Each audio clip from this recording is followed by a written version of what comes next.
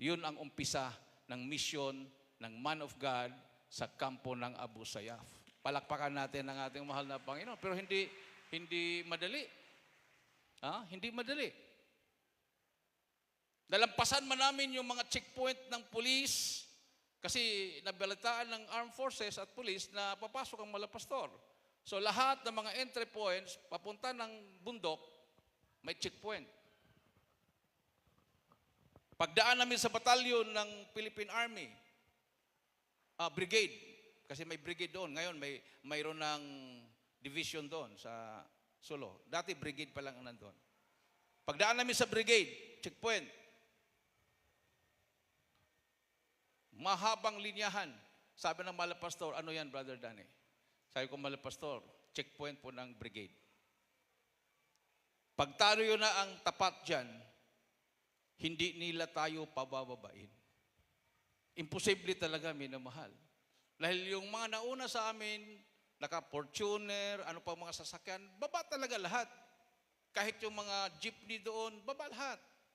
Tinitingnan ang loob, tinitingnan ang bawat mukha. Pero sabi ng Malapastor, pag tapat natin dyan, hindi sila makakilos. Makakapasok tayo sa kampo ni robot. Totoo nga. Nung tumapat na yung sasakyan na aming sinakyan, yung Tamaraw FX na aircon, sasakyan ng board member, pinahiram, board member ng Sulu. Pagtapat doon sa mga sundalo, nagulat ako, para silang mga estatwa.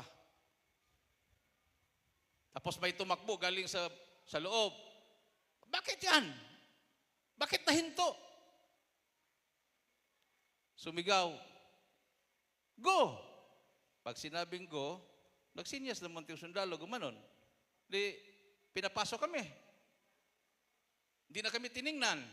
Pati yung jeep na nandoon mga kasama kong pre-warriors na iba at yung 35 sacks of rice kasi nanghingi si robot ng 35 na sakong bigas dahil ipakain daw niya doon sa mga bihag nila.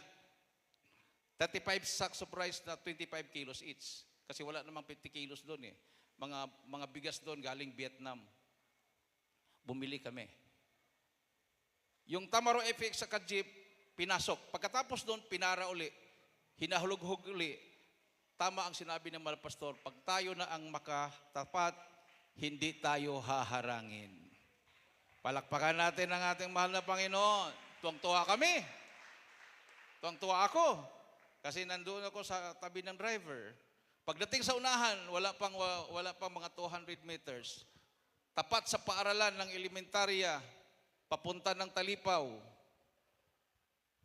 May armado na namang humarang. Sabi ng Malapastor, sino yan, Brother Dan? Sabi ko, Malapastor, dinaanan ko na to eh. Kasi bago pumasok ang Malapastor, sinorbe ko muna yon. May brigade, tapos sa unahan, may checkpoint ng Imay left, sa unahan may Imini left, sa unahan may Abu Sayyaf, bago ka makapasok ng Talipaw, maraming mga checkpoint. Sabi ko, Malapastor, bagong checkpoint yan ah. Para, sabi niya, para. Pumasok sa Tamaraw FX yung iba, may tumabi sa akin. Tapos tininan ko sa salamin, may sumakay doon sa atip ng jeep, pata sa loob. Mga Abu Sayyaf pala. Tapos nung nagpakilala yung katabi ko, maliit lang, sabi niya, ako si Robot. Welcome to the kingdom of Allah. Sabi niya kay Malapastor, malaya po kayo sa aming kampo, mangaral, Father Almeida. Sabi ko, Pastor Almeida, sabi niya. Sabi ng Malapastor, praise the Lord. Imagine, kakikikita lang nila, sabi na ni Robot kagad, malaya kayong mangaral sa aming kampo. Palakpakan natin ang ating mahal na Panginoon. Samantalang, pag makitaan kanilang nagdala ng Biblia, pugot ulo talaga, papatayin ka. Yun pa lang, bagong kita pa lang niya sa mahal na pastor, hinipo na ang kanyang puso.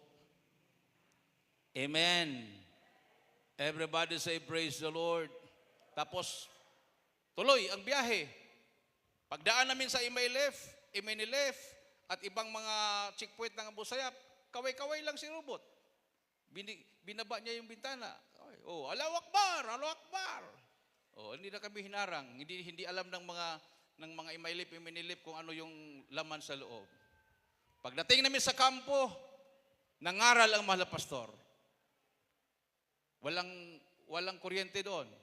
Mabuti, bumili ako ng megaphone. Sabi niya, Brother Danny, yung sinabi kong megaphone, dala ko po mahal na pastor. Oh, nangaral ang mahal na pastor. Nagpuri muna, joyful songs, solemn songs, tapos nangaral. Akala ko, pag mangaral ang mahal na pastor, yung malumanay. Kasi sanay na tayo na pag mangaral ang mahal na pastor, talagang matapang sa telebisyon, sa mga krusada. O, lalo na yung expose niya ng communism at satanism, talagang grabing tapang. Pagdating sa kampo ng Abu Sayyaf, doble ang tapang. Sabi niya mga pastor, pupunta kayo sa impyerno pag hindi kayo magsisi. Habang hawak-hawak yung mga Armalite ng Abu Sayyaf, nakatutok sa mga pastor, tinuro niya, magsisi kayo. Tanggapin yung malapinon. Magsisi kayo, sabi niya. Pag hindi kayo magsisi, pag mamatay kayo, impyerno kayo. Akala ko, ratratin na kami. Tapos sumigaw si robot, Pastor Almeida, tama na. Madilim na kasi mga alas 6 ng gabi na yon. Aalingaw-ngaw na yung boses mo. Maririnig na tayo sa sundalo. Malapit lang ang barracks ng Philippine Army. Tapos sabi ng mga pastor, taas ang kamay. Tanggapin ang malapinon. Nagulat ako minimal yung ibang Abu Sayyaf nakayuko. Binaba yung baril habang nanalangin ng mahal na pastor.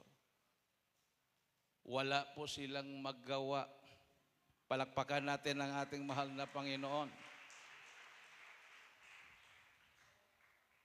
Naalala ko minamahal, 1987. Nabasa ko sa Cagayan de Oro. I was in Cagayan de Oro City during that time. Nabasa ko yung naka-front page ng Inquirer at Malaya at Philippine Star. May isang pastor na magkrusada sa Luneta, beware, communism is satanism. During that time, under pa tayo ng tinatawag na revolutionary government dahil ang Constitution hindi na po sinunod nung after ng EDSA Revolution. Tapos, lahat ng mga elected officials pinalitan ng mga OIC. Ang mga OIC na yon ay mga supporter ng NPA. Mga opposition candidate yun against Marcos. At alam po namin, minamahal na yung mga, yung sa amin sa Bohol, yung mga umupo na mga OIC ay konektado sa New People's Army.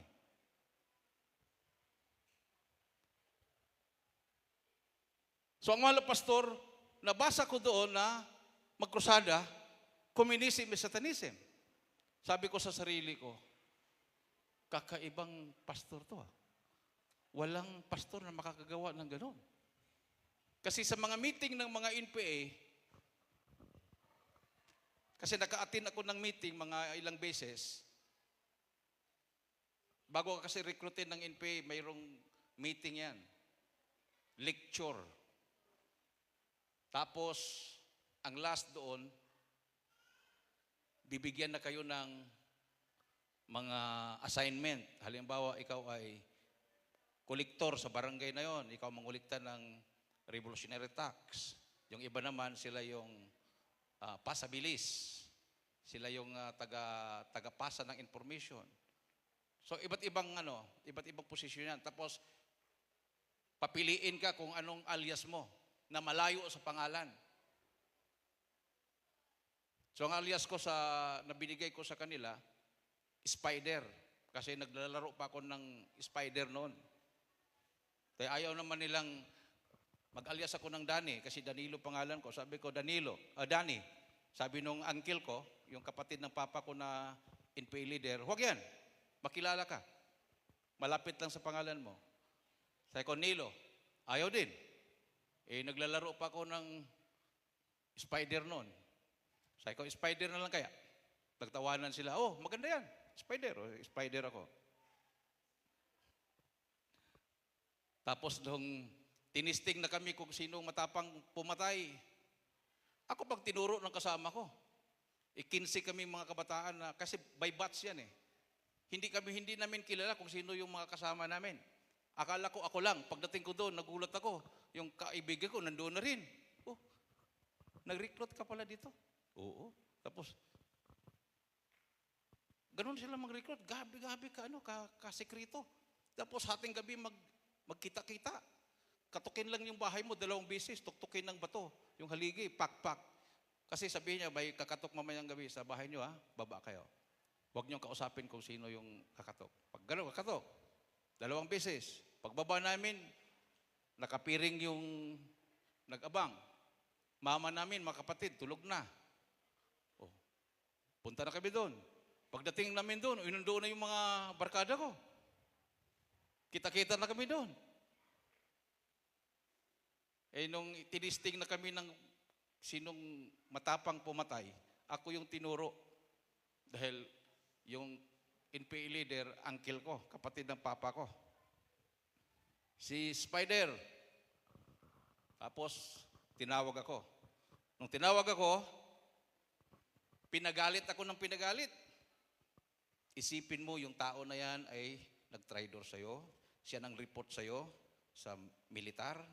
Tapos, mapahamak ang buhay mo dahil sa kanya. Uminit na yung tainga ko.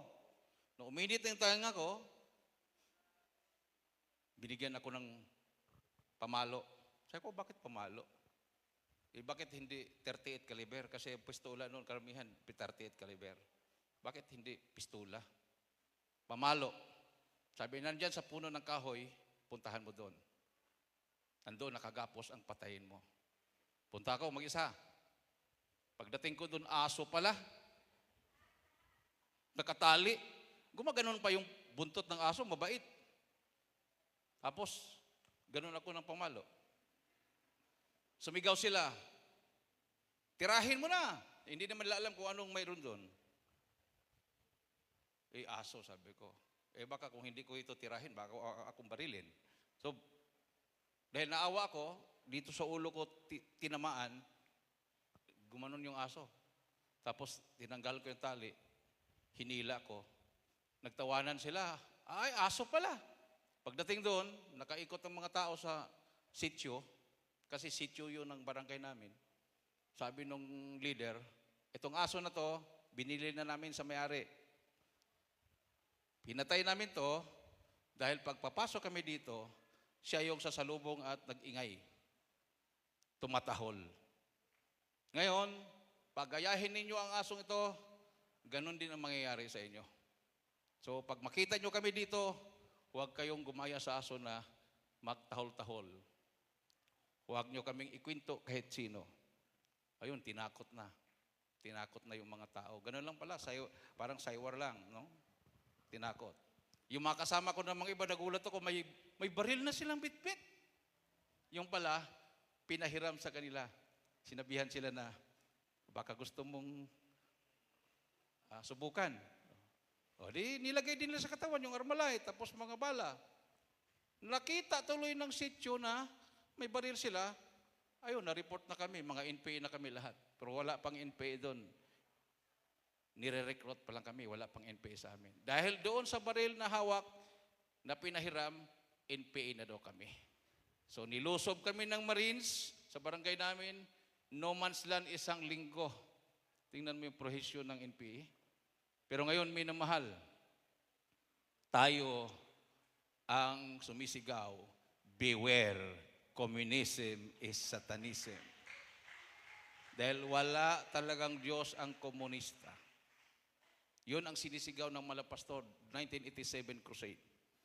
May nagbanta sa kanya, nabarilin siya sa Luneta. Minisyonan ang Malapastor.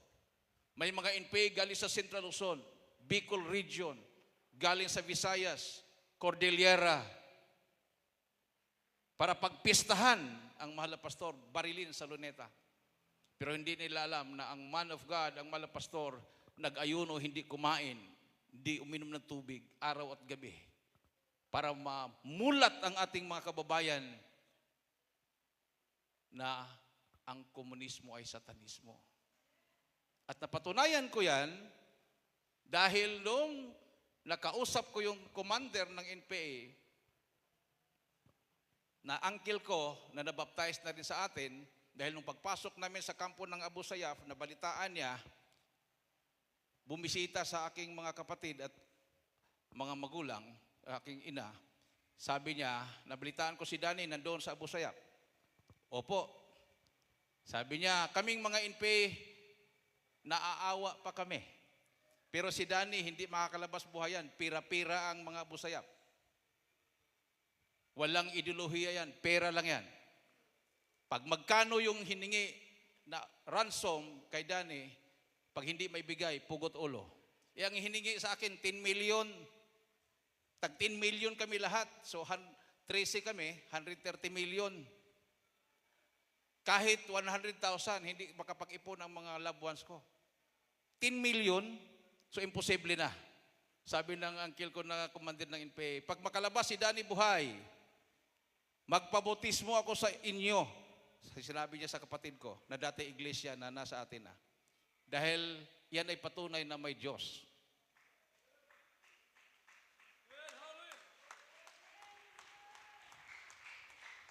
Nakalabas ako buhay, ako ang unang lumabas. Nabalitaan niya, nakita ko sa TV, sa balita. Lumapit sa kapatid ko, sabi niya, bautismuhan mo na ako. Tingnan mo.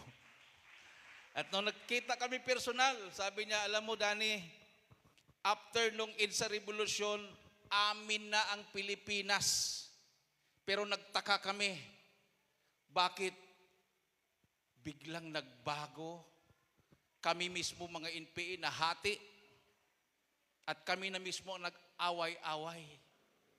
Yun ang resulta ng crusade. Everybody say praise the Lord. Sabi ko, nahati? Oo, nahati kami. CPP, NPA, hindi naniniwala sa Diyos yan. Diyan ako. Hardcore yan. Sabi ko, ano naman yung kahati? NPA, NDF. Ganun ba? Ang NPA, NDF, ang namumuno dyan, mga pari at mga pastor, naniniwala sa Diyos yan, sabi niya. Pero ang CPP, NPA, kay Jose Maria Sison kami, walang Diyos. Pero nung nakalabas ka sa kampo ng Abu Sayyaf, may Diyos pala. Tingnan mo. Amen? Isaiah 54:17, ano pong sinabi dyan? At Isaiah 41, 10 to 13. 54:17 ng Isaiah. Dito po sa Book of Isaiah, aklat ni Propeta Isaiah, Kapitulo 54, talatay 17. Sabi dito, walang almas na ginawa laban sa iyo ay pakikinabangan, at bawat dila na gagalaw laban sa iyo, sa kahatulan iyong hahatulan. Ito ang mana ng malingkod ng Panginoon, at ang katwiran nila ay sa akin, sabi ng Panginoon. Amen. Isaiah 41, 10 to 13. Ito po sa Isaiah 41, 10 hanggang 13. Huwag kang matakot, sapagkat ako'y sumasa iyo. Huwag kang manglupaypay, sapagkat ako'y iyong Diyos. Aking palalakasin ka, oo, aking tutulungan ka. Oo, aking aalalayan ka ng kanang kamay ng aking katwiran. Narito, silang lahat na nangagalit sa iyo ay mga papahiya at mga lilito. Silang nakikipaglaban sa iyo ay papanaw at mga papahamak. Iyong hahanapin sila at hindi mo mga susumpungan. Sa makatuwid bagay silang nakikipaglaban sa iyo. Silang nakikipagdigmalaban sa iyo ay papanaw at gaya ng bagay ng wala. Sapagkat akong Panginoon mong Diyos ay hahawak ng iyong kanang kamay na magsasabi sa iyo, huwag kang matakot aking tutulungan ka. Palakpakan natin ang ating mahal na Panginoon. Huwag kang matakot, aking tutulungan ka. Yun po ang karanasan natin. Karanasan ko. Bakit ako nakalabas, unang-unang nakalabas? Imasakir na kami nung panahon na yon. Dahil sabi ng mga pastor, labas tayo. Baba na tayo. Kasi birthday ng ating beloved Mama Ter, asawa ng mahal na pastor. Baba na tayo. July 28 yung birthday niya. So, balak ng mahal pastor bumaba July 27. Ipumasok July 1. Pag sabi baba na tayo, ligpit na kami, at baba na kami. Baba na kami sa kubo. Nagkita ng Abu Sayyaf. Ano yan? Saan kayo punta? Uwi na kami. Ay, hindi pwede. Sabi, hindi pwede. Tawag si robot, takbo. Sabi ni Malpastor, within 30 minutes, no? Within 30 minutes, dapat nandito na si robot.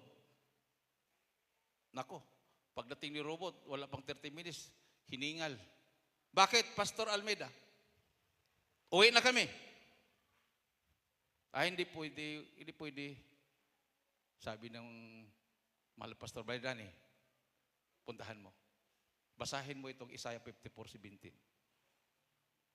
Pinuntahan ko. Ano yan? Sabi ni Susokan. Sabi ko, mayroong mensahe po ang aming mahal Pastor, pinaabot sa inyo. Ano yun? Binuksan ko yung Bible. Pagbukas ko sa Bible, sumigaw sila, Allahu Akbar! Bawal yan! Sabi ni robot, hindi pwedeng buksan yan, Danny Boy, kasi Danny Boy tawag sa akin. Nandito yung mensahe. Nagsinyasya kayo susukan. Sige, babasa. Pagbasa ko, walang almas na ginawa na tao magtatagumpay. Hindi pa ako tapos. Lumusob na sila sa akin. Galit na galit. Punta ko kay Mahal Pastor. Sabi ko, Mahal Pastor, binasa ko na. Pero hindi ko natapos. Sabi ko, binasa ko na. Nagalit? Sabi niya, galit na galit po, Mahal Pastor. Pagalitin mo pa, balik ka, pagalitin mo pa. Bago ako bumalik, nagtanong muna ako, bakit po, Mahal Pastor, kailangan pagalitin? Sabi niya, hindi kikilos ang kapangyarihan ng Diyos pag hindi sila magagalit sa atin. Ayun, bumalik ako. Binasa ko yung Isaiah 41:10-13. Huwag ka matakot, huwag ka malupaypay. Hindi pa ako tapos. Talagang lumusob na si Mahal Pastor ng nilusob. Gusto na nilang pugutan ng ulo. Nung hinatak ni robot ang paa ni Mahal Pastor, ihulog siya sa kubo. Kasi nasa kubo siya nakaupo. Hinatak yung paa, sumigaw ang Mahal Pastor, Hallelujah, praise the Lord. Nasubasob si robot. Umakyat. Akala ko itulak. Inakbayan ng Mahal Pastor, sabi niya, mahirap talaga patayin ang tao ng Diyos. Maya-maya biglang bumaling sa akin, Danny Boy, sama ka sa akin. Pagtayo ko, lumapit ako kay Mahal Pastor, sasama ba ako sa kanya? Sama ka! Nako, sabi niya, 15 minutes lang, dalhin namin si Danny Boy. Yung pala, ako ang pupugutan ng ulo. Kinulong ako doon sa bahay ni robot, alas 10 ng umaga, pagka alas 4 ng hapon, tapos na yung meeting nila, pinalabas na ako. Bago ako pinalabas, may pumasok. Sinabi niya sa akin, naawa ako sa'yo. Ang pinag-usapan namin, ikaw. At ang final na usapan, pupugutan ka ng ulo. Sampol. Dahil sobrang tapang nyo, ikaw ang sampol. Pero, huwag kang paluhod-luhod, huwag kang magmamakaawa, mag-smile ka lang habang ginugulgol yung liig mo. May tendency pa na hindi ituloy. Inisip ko na yun, paglabas niya. Pag ginugulgol na yung liig ko, mag-smile lang ako, may tendency hindi ituloy. Paano kung kalahati na?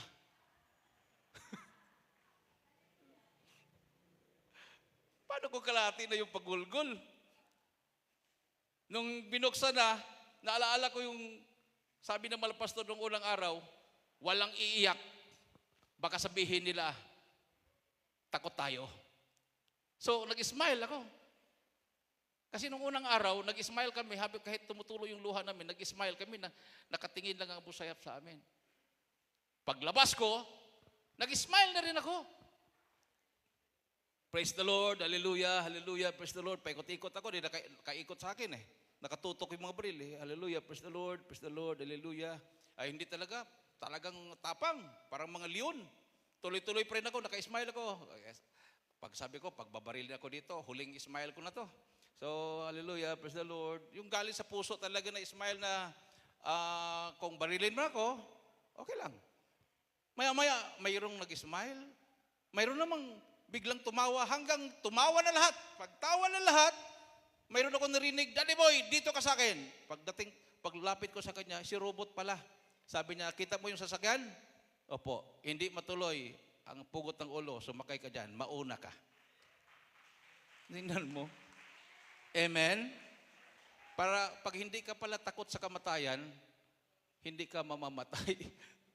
Palakpakan natin ang ating mahal na Panginoon. Everybody say, praise the Lord. So ako na yung nagdala kay yung ambasador ng Libya, si Asarok, para mag-usap sila ni Robot. Ako ang guide, ako ang kontak kay Robot. Pasok kami halos hating gabi. Yung anak ni President Gaddafi ng Libya, ako din ang nag-guide para makapasok sa kampo ng Abu Sayyaf hanggang natapos na yung usapan nila, nakalabas na yung mga hostages, biglang nagdeklara ng all-out war ang gobyerno. Nung nagdeklara ang all-out war ng gobyerno, nasa baba na ako noon. Hindi pa ako nakaakyat. Binumban na yung kampo. Nandoon ang malapastor kasama kong prayer warrior. September 16. Halos 2 linggo yata yun. 16 to October 2. Nakalabas buhay ang Jesus Miracle Crusade. Ni Galos, wala. Sabi ni General Tolentino ng Philippine Army, 49 na bala ng kanyon ang pinaulan. Hindi pa kasama yung machine gun ng galing sa helicopter. Hindi pa kasama yung mga bala galing sa mga commandos na lumulusob sa kampo. Hindi pa kasama yung tura-tura na naghulog ng bomba. Iningatan ng Malapino ng kanyang mga lingkod. At nung kasagsagan ng all-out war, wala nang dalang baril si Robot. Sabi niya, dito na lang ako kay Pastor Almeida. Safe ako dito.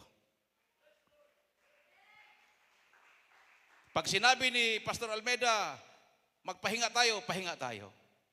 Siya ang susundin natin.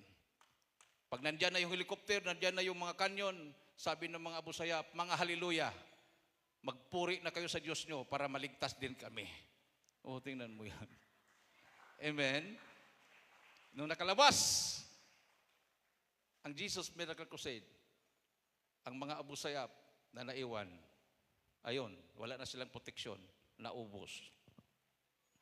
So, we are protected by the prayer of the man of God. Amen? Palakpakan natin ang ating mahal na Panginoon. Kung hindi nagkrusada ang malapastor ng Beware of Communism and Satanism, that was 1987, halos 1 buwan na krusada yon, komunista na sana ang Pilipinas. Ngayon, dumami na naman sila. Kala nyo, konti lang.